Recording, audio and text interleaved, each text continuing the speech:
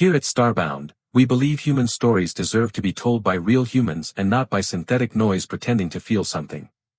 HFY means humanity first, and that includes the voice. If you want more stories told the human way, stick around and hit subscribe. My name is Dan, and this is where our story begins. The first time that the Yevrani ever saw a Terran assault carrier fall from orbit, they thought it was a weapon. From the western ridgeline of Bastion Crag, Commander Ralshur watched the incoming streak of fire across the violet sky. The object burned, shedding plasma like a comet. His crest feathers flattened in instinctive fear. Impact vector, he asked. Too steep for cargo, not on any scheduled approach, his sensor officer replied. If it hits the valley floor, we lose every trench on the southern front. Ralshur's tongue clicked against the back of his teeth. Evacuate the outer emplacements. Pull everyone back to the inner berms. If it is a weapon, we will not stand under it. Orders rippled out through Bastion Crag, the last fortified line between the Chrythin Swarm and the cavern cities carved deep beneath Yevra's crust. Outside the walls, exhausted Yevrani soldiers scrambled out of foxholes and trenches, stumbling uphill away from the valley. The weapon struck a moment later. It struck the ice-packed plain with the force of a small earthquake. A column of frozen dust and shattered rock roared skyward, followed by a rolling thunder that made Bastion Crag's armored shutters rattle in their frames. Shockwaves rippled the snowfields in concentric rings. Alarms screamed in half a dozen pitches. Crater formation, the sensor officer said. Secondary vents opening, gods, something is unfolding down there. Ralshur strode to the viewport slit and magnified the image. The crater glowed faintly where rock had been flash-melted into glass. In the center, a dark shape was rising from under armored petals of composite plating. It wasn't a bomb. It was a vehicle. The Terran war machine pulled itself from the steaming pit with weary inevitability, like a predator leaving its den. 8 grav pods glowed beneath its hull, lifting 70 tons of brutal, slab-sided armor a meter above the ground. Reactive tiles studded its angles like scarred scales. The main gun ran the length of the hull, an asymmetrical rail assembly that looked like a siege cannon bolted onto a brick. Terran designation flashed on Ralshur's display. AAV-8 Bulldog, Heavy Assault Vehicle. The Bulldog turned with lazy confidence, nose towards Bastion Crag, then towards the far horizon, in the direction of the biomantic lattice of the Chrythin Swarm. The turret canopy hissed open. A human hauled herself out onto the glassy, helmet clipped at her belt, dark braids tied close to her scalp. Frost steamed off her combat armor. Scar tissue crossed one side of her jaw, a pale line against brown skin. Open a channel, Ralshur said. The bridge followed with a soft chime. Static crackled, then a woman's voice rolled into the command center comm, amused, carrying that Terran roughness Ralshur had learned to associate with lethal professionals. Bastion Crag, this is Captain Mara Imani, Terran Armored Corps, callsign Brick. That crater out there is my landing pad now. She looked up toward the fortress. Which one of you owns this hill? Ralshur drew himself up to full height and flicked his crest into a formal arc, even though she couldn't see him through the feed. This is Commander Ralshur of the Yevrani Defense Guard. You are, unexpected, Captain. Story of my life, she said. I was told you had a swarm problem and a timetable measured in hours. Fewer than 20, Ralshur said. Our forward batteries are gone. Our air wings are down to glider bombs and courage. The swarm hives are 20 kilometers out and closing. We expected advisors, not, he hesitated, looking again at the monstrous machine clawing its way from the crater. Not whatever that is. Mara glanced back at the Bulldog's hull, patted the hot armor with one gloved hand. This, she said, is a very rude solution to very rude problems. Something enormous stirred on the enemy front. On the far side of the valley, a Chrythin siege beast crested a distant ridge, an obscene fusion of chitin and artillery. 8 jointed legs carried a bulbous body the size of a city hall, its dorsal spines grown into living cannons. Bioluminescent sacs throbbed along its flanks as it charged, rippling bands of energy. Siege organism, said Ralshur. His throat tightened. Designation, Spinebreaker. It will begin lobbed bombardment in under 2 minutes. We lost 3 fortresses to one of those alone. Aha, Mara said. Mark it on my TAC feed. The icon of the beast pulsed on Bulldog's HUD. Range markers bloomed. Environmental data scrolled past: gravity, air density, crosswinds. Inside the vehicle, 3 more humans moved at their stations. Driver, how's the belly? Mara called down. Grav pods are green, Captain, a man answered, his accent thick and musical. Landing hit like a brick through a stained glass window, but she's floating. Gunner? A woman's voice this time, clipped and dry. Rail assembly is charged. Barrel temp nominal. I have the big ugly bug on my scope. Loader? Plasma sheath Sabo, 3 rounds in quick cycle, a younger voice replied, higher and jittering with barely controlled nerves. I named this one, polite introduction. Mara snorted. You keep naming rounds, Jay, we're going to have a talk about your emotional attachment to ammunition. Silence. Then, very softly. Yes, ma'am. Mara stepped back into the command cupola and sealed the hatch. Bulldog's interior dimmed down to combat lighting, status runes washing the walls in muted amber. Bastion Crag, she said, keying the external channel again, watch your left forward screen.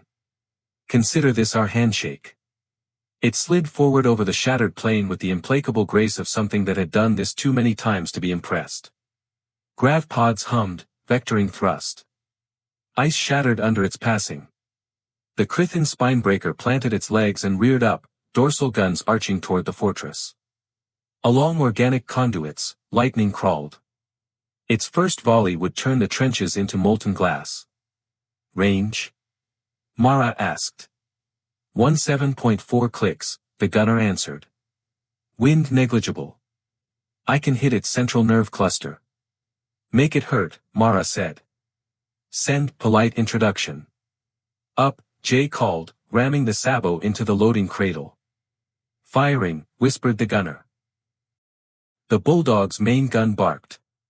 It was not a sound so much as an event, a deep, teeth-rattling thumb as magnetic coils dumped energy into the projectile, slinging it down the barrel at hypersonic speed. The recoil bled into the grav pods, rocking the hull like a punch to the chest. From Bastion Crag, Ralshur saw only a line of distortion cut across the valley, air torn aside by something moving too fast to see.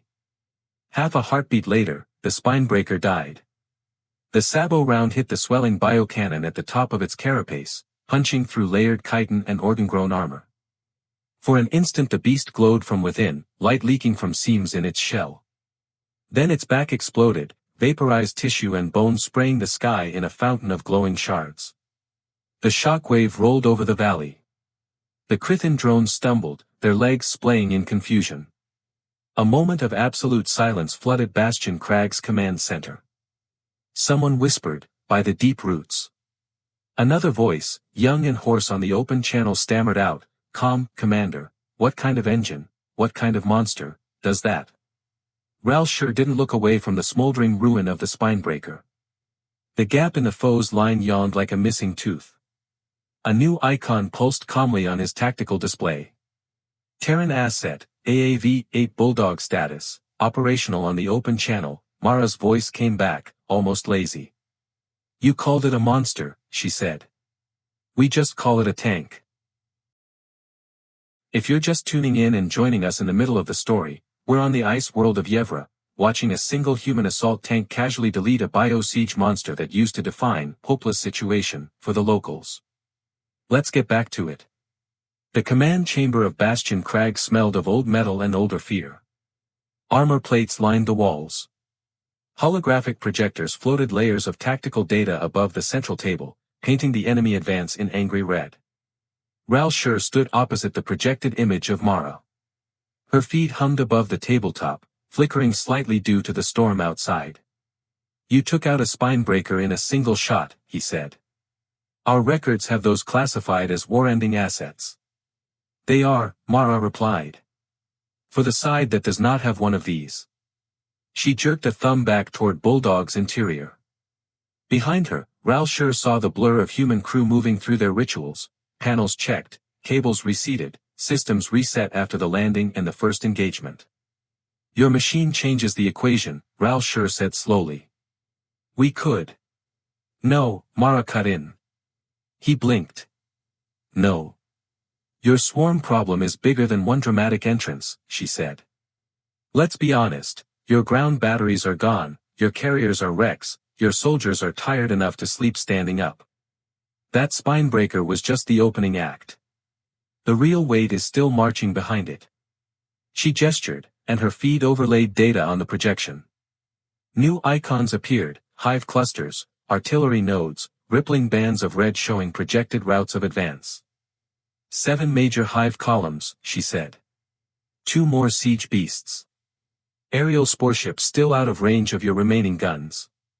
And 1 central bio node that's thinking for all of them. Ralshur concentrated on the icon she'd highlighted, a swollen mass half buried in the ice, kilometers behind the front line, protected by living gun towers and crawler packs. Command Syst, he said. We've never been able to get a fire solution on it. Their artillery screen is designed to stop anything you can field, Mara finished. You built a wall and tried to stand on it while they threw waves at you. The swarm does that well. And you? He asked.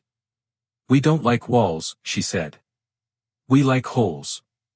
She zoomed the map, dragging her finger along a small gap between artillery arcs. Here, she said. Their guns overlap, but not perfectly.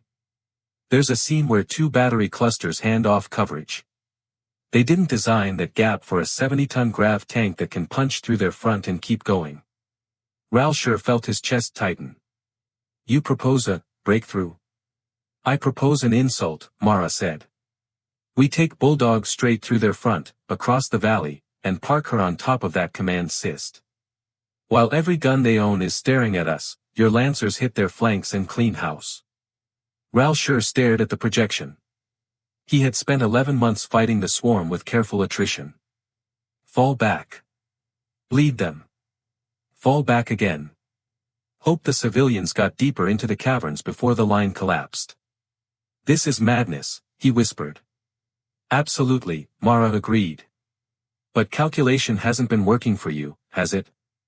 Behind him, one of his adjutants, young, eyes hollow from too many night watches, said, Commander, if the Bulldog is destroyed, their attack still collapses on us.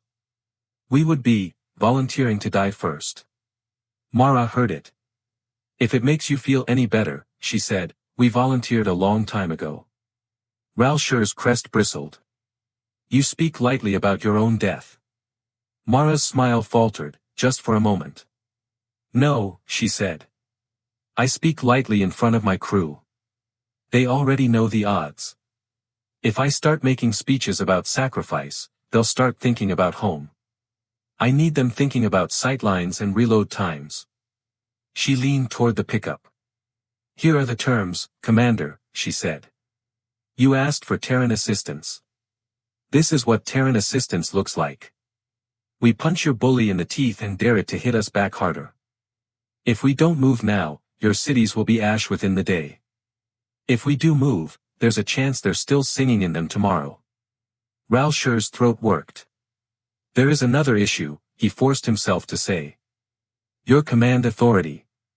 Terran fleet attached a liaison packet. Your orders are to advise, to observe, to prevent escalation. They specifically prohibit you from engaging in offensive. Already covered, Mara replied. Her tone changed, just slightly. It cooled. Fleet Command is listening on the official channel, she continued. On that frequency, I am absolutely here to observe, collect data, and help you evacuate as many civilians as possible while folding politely. She reached down and flipped a switch just out of sight. The symbol in the corner of the hologram showing channel status flipped from white to red. On this frequency, she said in a quiet voice, I am a woman with a tank who is quite tired of watching civilized people being eaten by bugs. You tell me where you want the hole. I'll put it there. Ralshur stared at her. There was no bravado in her eyes now, just intent. You are willing to defy your own command structure, he said. If I live, They'll yell at me, she said. If I die, they can file a complaint with my gravestone. Either way, Yevrani children don't get fed to a swarm spawner this week. I can live with that. He felt something he hadn't felt in weeks, the faint, bitter taste of hope. How long do you need to prepare? He asked. Mara glanced aside at her crew. In Bulldog's hull, the driver, Tomas, was running a gloved hand along a cracked console, muttering to himself. The gunner, Singh, was recalibrating the barrel alignment. Jay the loader was sitting on a crate of ammunition, breathing too fast and trying to pretend he wasn't. Give us 2 hours, Mara said. We'll check every coil and bolt. You move your lancers into strike position. When Bulldog goes loud, you hit them like your ancestors are watching. Ralshur let his breath out slowly. They are always watching, he said. Then let's give them something to argue about, she replied. He turned to his adjutants. Signal the Sky Lancers, he ordered. Tell them to ready for a charge on my mark. Pull the reserve gliders from the northern shelf. We'll need them to cut the retreating elements off if this works. If, the young officer asked. When, Ralshur corrected. Today we speak in declaratives. The adjutant's crest quivered, then straightened. Yes, Commander. The command center sprang into action. On the TAC map, blue icons began peeling away from their dug-in positions, gliding toward staging points that were hidden in fissures and behind ice ridgelines. Tiny triangles, strike wings, anything that could still fly, shifted onto new vectors. Across the valley, the swarm rolled onward, uncaring. Their bioartillery was reorganized after the loss of the spinebreaker. New beasts took its place. Chittering formations of drones marched in perfect, horrifying unity. In Bulldog's crew compartment, Tomas kicked the side of his console. Still limping on the rear pods, he grumbled. Landing jarred the alignment. She'll drift starboard if we push her too hard. Then don't drift, Mara said. I liked you better when you were encouraging, he muttered. Singh looked up from her sights. Main gun coils are good. I can give you 18 full power shots before the heat curve gets murderous. More if Jay stops naming them. Jay hugged a canister. This one is diplomatic incident, he said. Mara pinched the bridge of her nose. You're all insane, she said.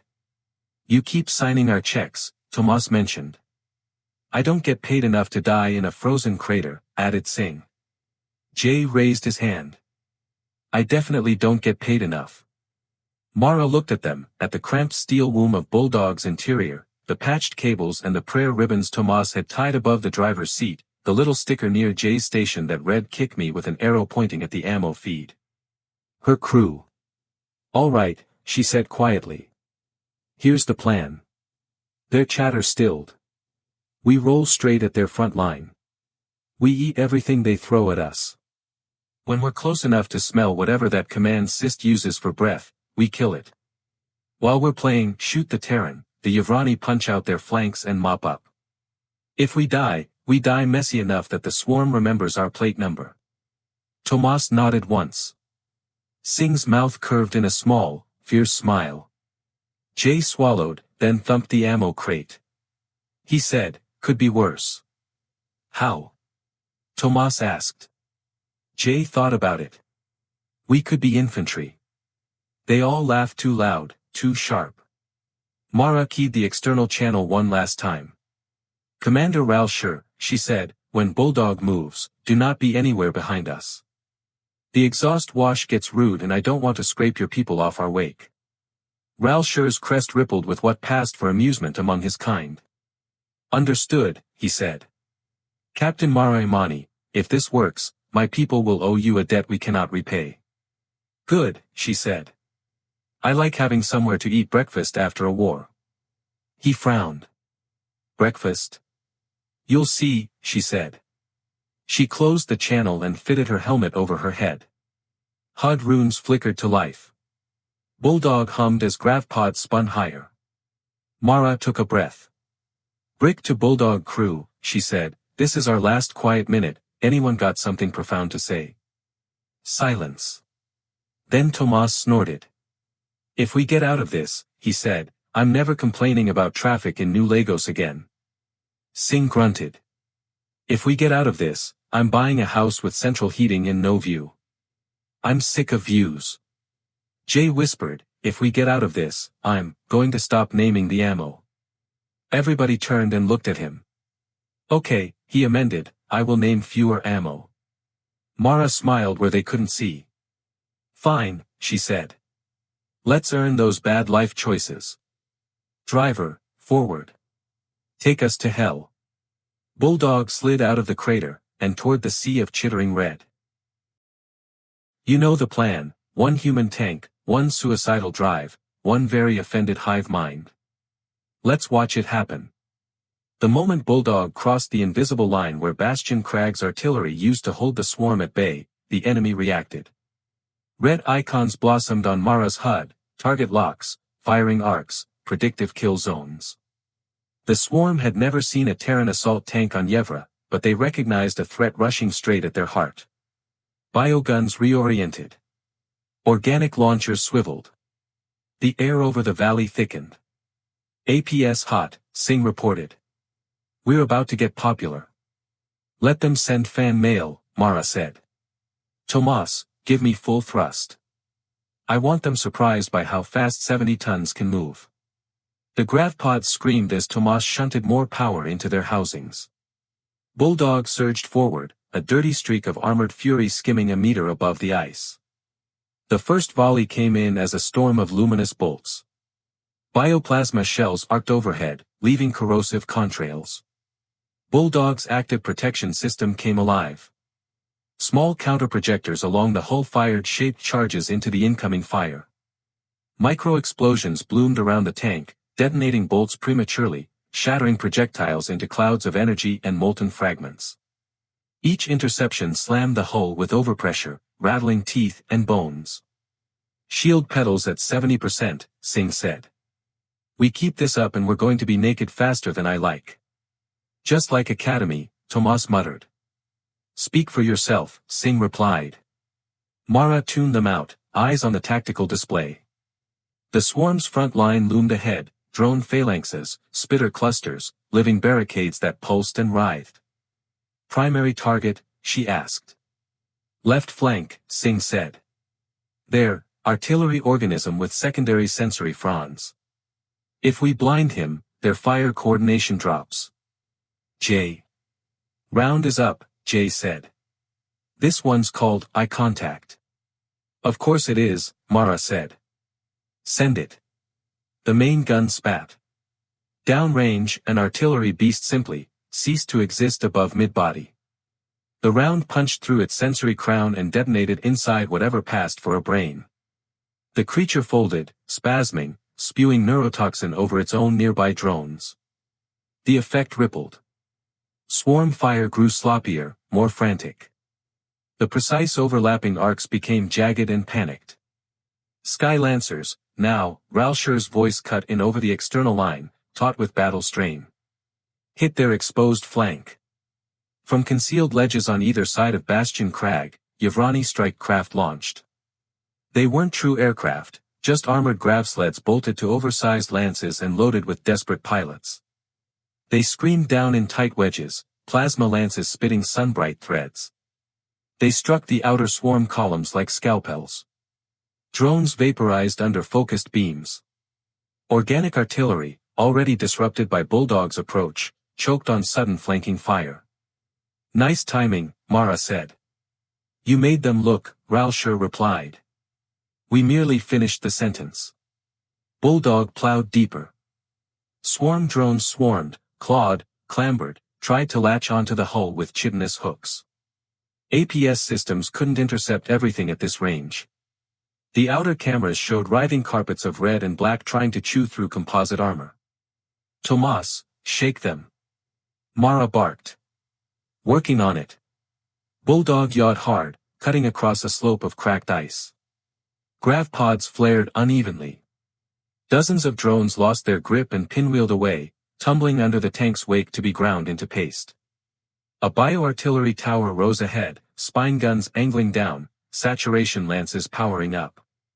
Kill that, Mara said. Up, Jay called. On it, Singh said. Firing. The railgun thundered again. The tower's spine snapped in half. Its upper growth toppled, crushing a cluster of mortar beasts before their next salvo. Warnings screamed inside Bulldog.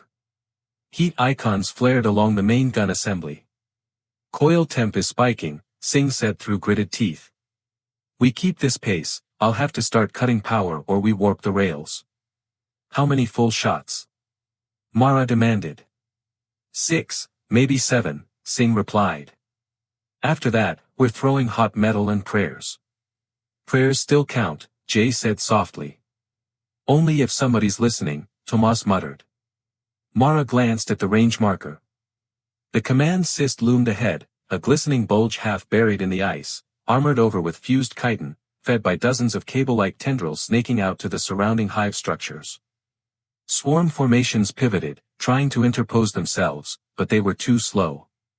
Bulldog was already inside their guard. Last line, Mara said. Everything they've got, right between us and their brain. Like every breakup I've ever had, Tomas said. Focus, Singh snapped. The next hit wasn't intercepted. A biocannon on their starboard side belched a bolt of concentrated fusion. APS charges caught part of it, but not enough. The rest slammed into Bulldog's flank, stripping armor, blowing reactive tiles into molten shards. The tank lurched. Interior lights flickered. The smell of scorched insulation filled the cabin. Starboard pod 3 is gone, Tomas grunted, wrestling with the controls. We're dragging a leg. We don't have legs, Jay said weakly. Metaphor, you gremlin, Tomas shot back. HUD lights went from amber to a less comforting red on half the board. Main conduit to coil bank 2 is damaged, Singh reported. I can route around it, but you're not going to like the maintenance report. If we live long enough to write it, Mara said, I'll frame it. They burst through the last ring of defenders. The command cyst filled the forward view, pulsing, obscene, bigger than the city halls back home that used to host debates about whether Terran forces should risk themselves for minor allies. Range? Mara asked quietly. 300 meters and closing, Singh said. Center mass, Mara ordered. Dig it out.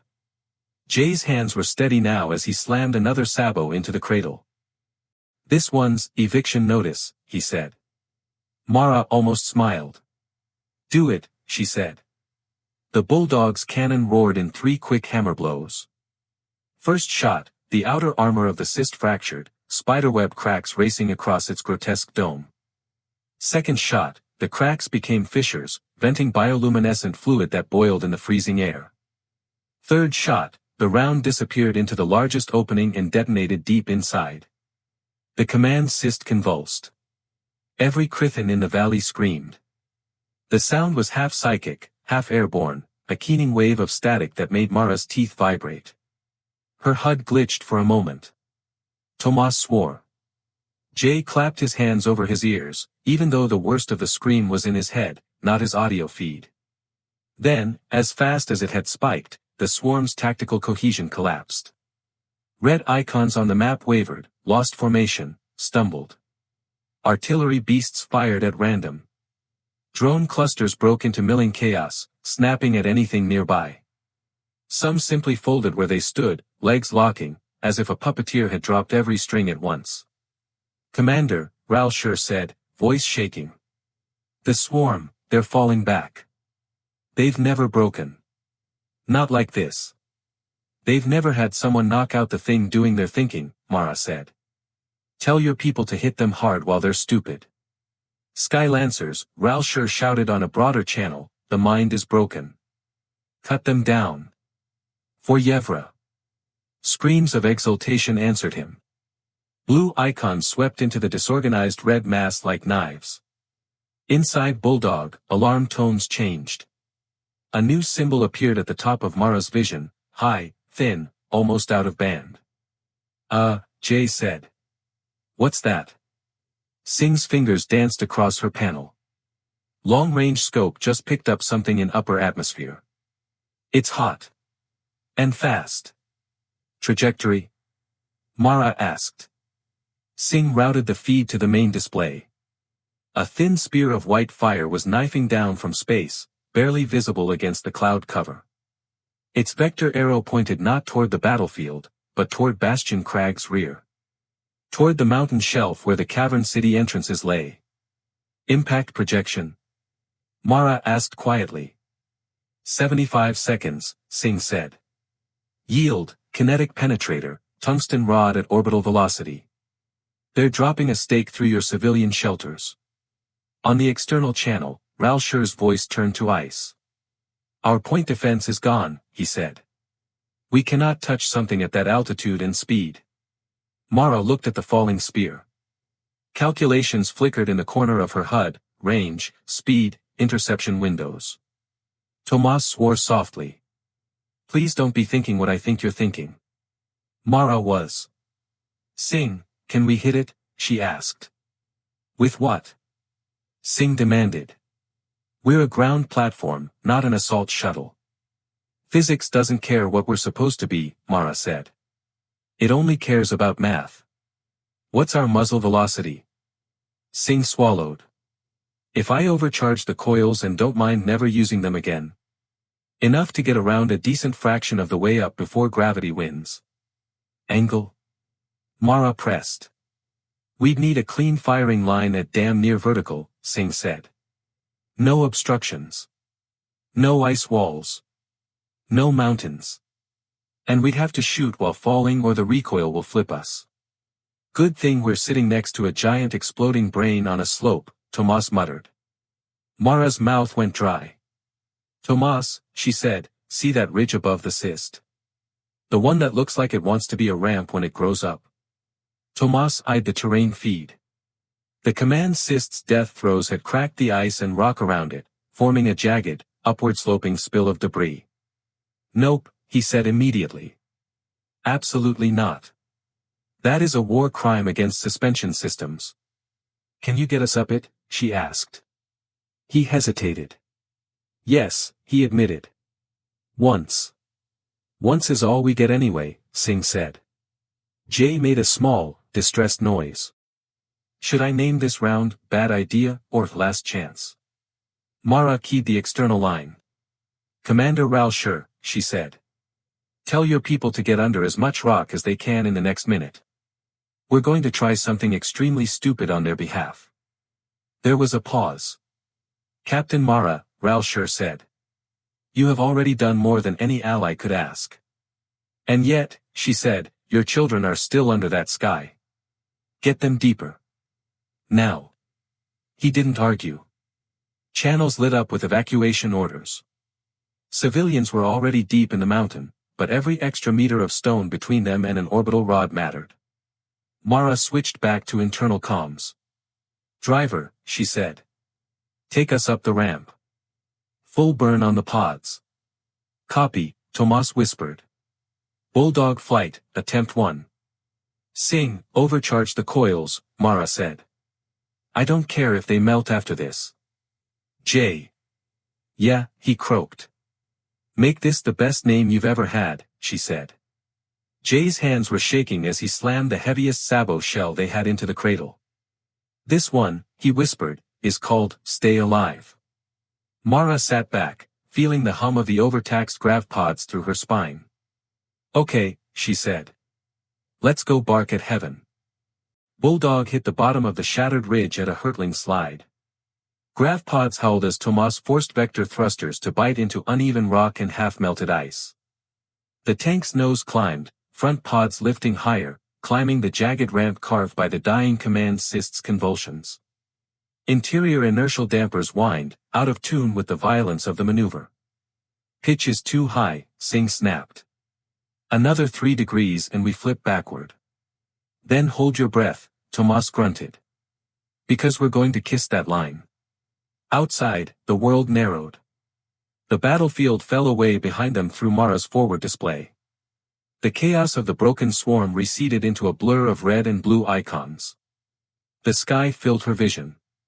The tungsten rod, still falling, burned brighter now, punching a streak through the thinning clouds.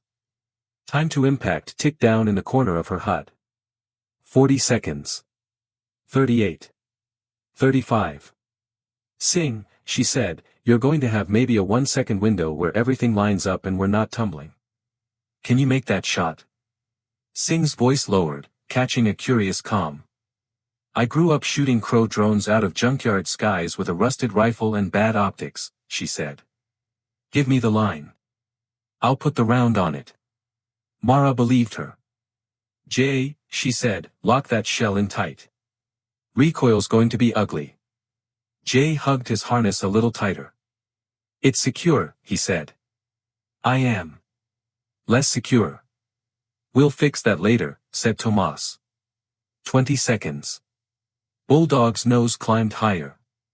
Alarms were a constant background chorus now: overheated coils, pod stress, hull fatigue. The tank was not designed to do this. No tank was designed to do this.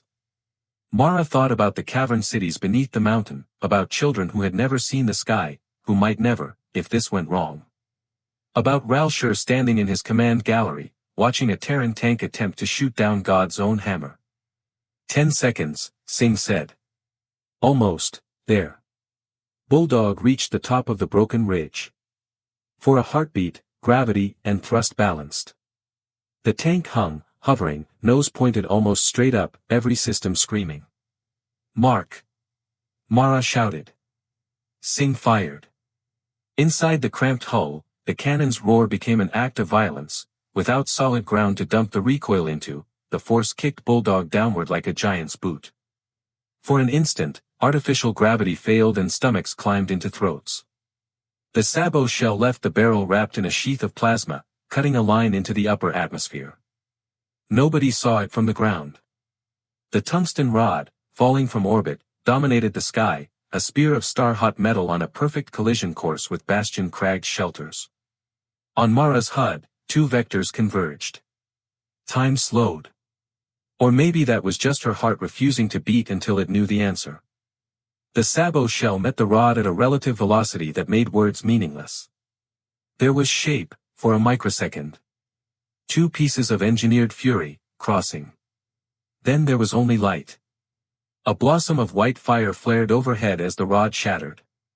Superheated fragments scattered, their trajectories broken, their lethal point density scattered across too much air to do more than scar rock and carve shallow craters. Below the mountain, deep beneath strata of stone, there were thousands of Yevrani who heard a thunder like the wrath of old gods, and lived. Bulldog fell. The ramp that had given them their angle now became a chaotic slope rushing up to meet them. Tomas fought the controls, but grav pods that had been begging for mercy had nothing left to give. They hit. Metal screamed, armor plates buckled, and something deep in the tank's guts tore free with a sound like tearing bones. The world turned into a kaleidoscope of impacts as Bulldog rolled, bounced, and finally came to rest half on, half off a fractured ledge. Silence crashed against the hull, broken only by the ticking of cooling metal and the crackle of small fires. Mara's ears rang. Her ribs ached with every breath. The HUD rebooted, flickering, showing only a handful of functional systems. Sound off, she croaked. Alive, Tomas said after a moment. I think. Can't feel my left leg. Might just be scared of it. Singh groaned. Gun is dead. Coils are slag. But I'm still here. They both waited. Jay. Mara said, suddenly afraid. A weak laugh came over the intercom. If this is the afterlife, Jay said, it smells worse than I was promised. Mara let out a breath she hadn't realized she was holding. Check for breaches, she said, forcing command back into her voice. If we're not venting atmosphere, we can celebrate after we make sure we're not about to slide into some hole. Systems check crawled across the surviving displays. Hull integrity, compromised but holding, Singh reported. Grav pods are gone. All of them. Power core is in safe mode because it thinks we're drunk. The core is wrong, said Tomas, we are absolutely drunk. On adrenaline. Mara unbuckled, every muscle complaining, and dragged herself up to the commander's hatch. The manual release lever fought her, then yielded with a metallic shriek. Cold air rushed in as the hatch popped. She pulled herself out into the dim Yevran daylight. A different world lay below the valley. Where ranks of swarm drones had stood, now lay smoking heaps and scattered shells. The command cyst lay in on itself, a collapsed tumor that was slowly freezing. Blue lances traced the sky as Yevrani strike craft hunted stragglers. Above, the thin cloud layer was scorched and torn. No tungsten spear fell. Only a glittering rain of harmless hot dust descended, burning out before it reached the ground. On the nearest ridge, Ralshur stood outlined against the sky, flanked by his officers. His crest feathers were full fanned, an iridescent corona haloing his head. He looked down at the battered shape of the Bulldog, the tank's hull twisted, grav pods shattered, main gun half melted and sagging. It was less a vehicle now and more the skeleton of some enormous beast that had died in the act of leaping. Ralshur descended the slope in careful steps, boots crunching on fractured ice. Yevrani soldiers followed, their weapons lowered, expressions caught somewhere between awe and disbelief. Mara sat on the side armor of the tank, her legs dangling, her helmet off, watching him approach. Blood had dried at the corner of her mouth where she'd bitten her lip. Her hair was a mess of frost and static. "Captain Mara Imani," Ralshur said, stopping in front of the ruined Bulldog. His voice was shaking. Did you really strike down an orbital spear with a ground cannon?"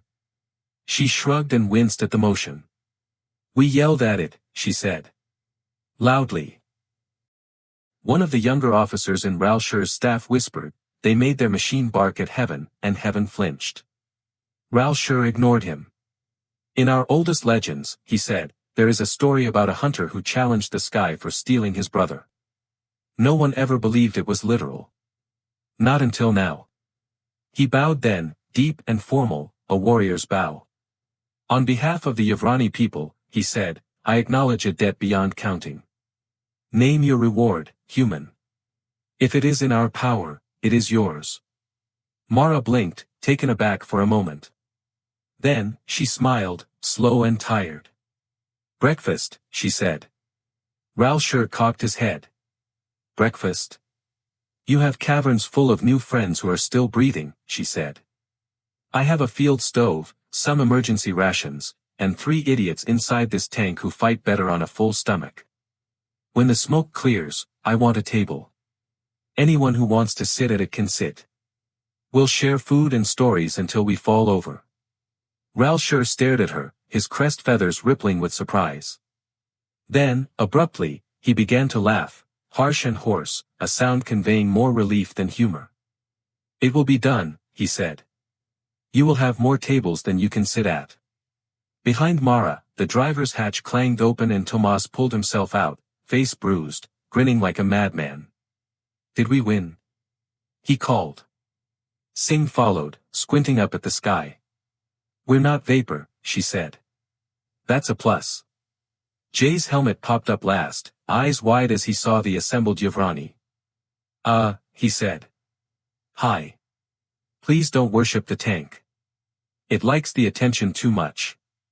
Ralshur's young officer burst out, "They are already singing about it in the lower caverns. They call this battle the day the cannon barked at heaven." Mara groaned softly. "Please don't put that on any official reports," she said. "Fleet command is going to be insufferable." Tomas patted the ruined hull beside him. "She deserves it," he said. "Look at her. She's beautiful." Bulldog sat canted on the fractured ridge, one side half buried in debris. Exhaust slots were fused, armor plates bent and scorched, the main gun a ruined spine. To Yevrani eyes, it did look like some mythic beast frozen mid-roar. Ralshur reached out and laid a hand on the cold metal. "We will leave her here," he said. "We will carve the ice away and build a hall around her. Our descendants will look up at this machine and remember that for one day, when the sky itself tried to kill us, a handful of humans told it no." Mara opened her mouth to protest, then closed it again. "Yeah," she said quietly. "That sounds about right." Later, in a cavern lighted by bioluminescent crystal and jury-rigged Terran lamps, Mara stood over a portable stove while something vaguely like eggs sizzled in a pan. Tomas was brewing coffee that smelled like motor oil. Singh was explaining barrel harmonics to a cluster of wide-eyed Yevrani cadets. Jay was in the corner, retelling the story of the shot with more hand gestures than accuracy. Ralshur approached, cradling a steaming mug carefully in his four-fingered hands. "I still don't understand how you can face such things with jokes," he said. Mara flipped a lumpy egg pancake. "If I don't laugh," she said, "all that's left is the screaming. Laughter's cheaper." He considered that. "We have a saying," he said. "The last warrior standing is not the strongest, but the one who refused to fall when the world told him he must." "We have one, too," she said. "It goes, if the universe throws a rock at your head, shoot the rock." Ralshur's crest quivered in a fashion she now recognized as amusement. "Your species is deeply unreasonable," he said. "Thank you," she replied. Around them, voices rose in song, Yevrani throats and human accents blending in a rough, imperfect harmony. The lyrics told a brand new legend born only hours before. Of the day a steel beast climbed a broken hill. Of the humans inside who laughed at death. Of the cannon that barked at heaven, and made heaven wink. Mara passed a plate to Ralshur. "To new friends," she said. He touched his mug to it in a gesture he had watched her crew use. "To legends," he replied. And deep beneath the scarred sky, on a world that existed still because one tank had been just insane enough, they ate.